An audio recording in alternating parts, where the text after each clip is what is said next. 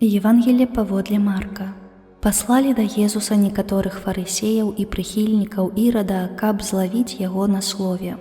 Падышоўшы, яны спыталіся ў яго: «Настаўнік, мы ведаем, што ты праўдзівы і не зважаеш ні на кога, бо не глядзіш на аблічча людзей, але праўдзіва вучыш шляху Божаму. Ці належыць плаціць падатак Цэзару, ці не? Плаціць нам ці не плаціць?» А ён, ведаючы іх крывадушнасць, сказаў ім: «Чаму мяне выпрабоўваеце? Прынясіце мне дынар, каб паглядзець». Калі прынеслі яму дынар, ён запытаў іх: «Чыя гэта выява і надпіс?» Яны адказалі яму: «Цэзара».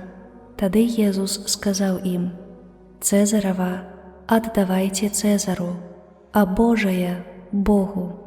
І дзівіліся яму.